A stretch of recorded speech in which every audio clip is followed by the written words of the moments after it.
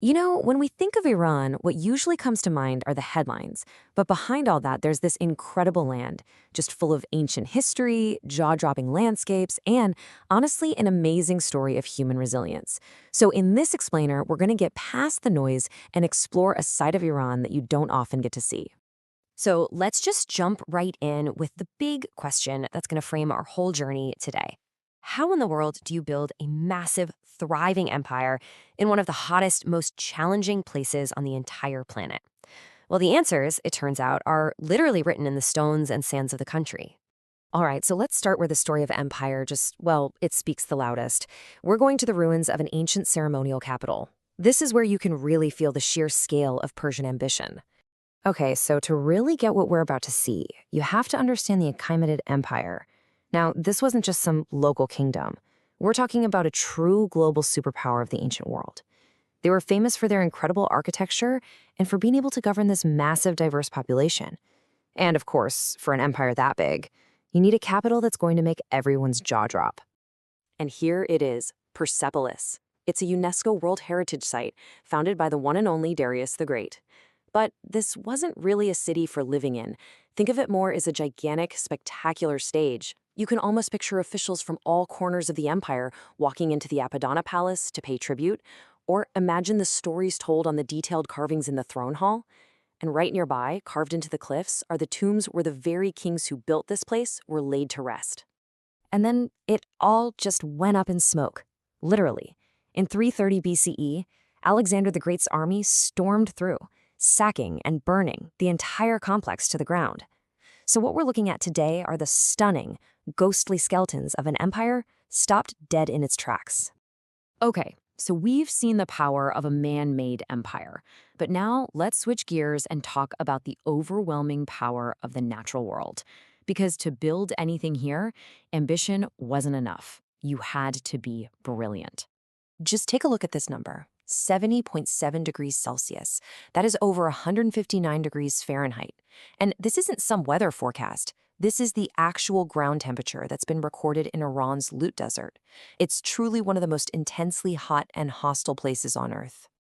And that kind of brutal heat creates a landscape that honestly looks like it's from another planet. The Lut Desert is just this incredible geological wonder. It's not just flat sand for miles, you've got these huge, wind-carved ridges called yardongs, massive salt flats that shimmer under the sun, and some of the tallest sand dunes anywhere in the world. It's beautiful, for sure, but also incredibly harsh. So how on earth do people live in a place like this? Well, through pure genius. In a city like Yazd, you'll see these wind catchers, towers designed to literally catch the breeze and funnel it down for natural air conditioning. In other places like Kandavan, they didn't build on the rock. They built inside it, carving amazing homes into volcanic cliffs. And for water, they created the qanats system, an ancient network of underground channels that brilliantly used gravity to bring water from the mountains down to the cities. This isn't modern tech. This is ancient, ingenious problem solving. Now I want to take you to a place that brings all of these ideas together in one spot. Empire, the environment, and an absolutely unbelievable story of resilience. We're headed to the Bam Citadel. Bam is, to put it simply, a masterpiece. It's the biggest building on the planet made of mud brick, or adobe. Just think about that for a second. An entire fortified city built from the very ground it stands on. It's the ultimate example of vernacular architecture, building with local materials and local knowledge, perfectly designed to handle the desert climate. And the history of this place is just staggering. It actually got its start way back during the same Persian Empire that built Persepolis. For hundreds of years, it was this thriving hub on the Silk Road. But its modern story, it's one of both tragedy and hope.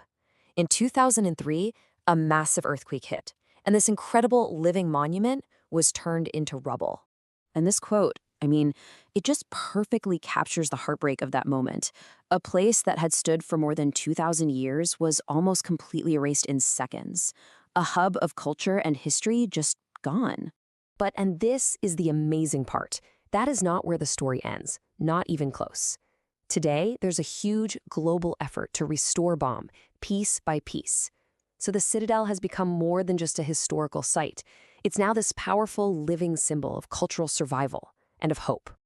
So, after going on this whole journey, from grand empires to extreme deserts, what's the big takeaway? What's the legacy that endures across this landscape? Well, you can really think about the story we've just covered in three main parts, right? First, we saw the raw ambition of empire at Persepolis. Then, we came face to face with the incredible challenge of the environment in the Lut Desert.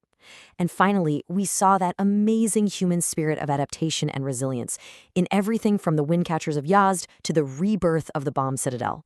Which really leaves us with one last big question to think about.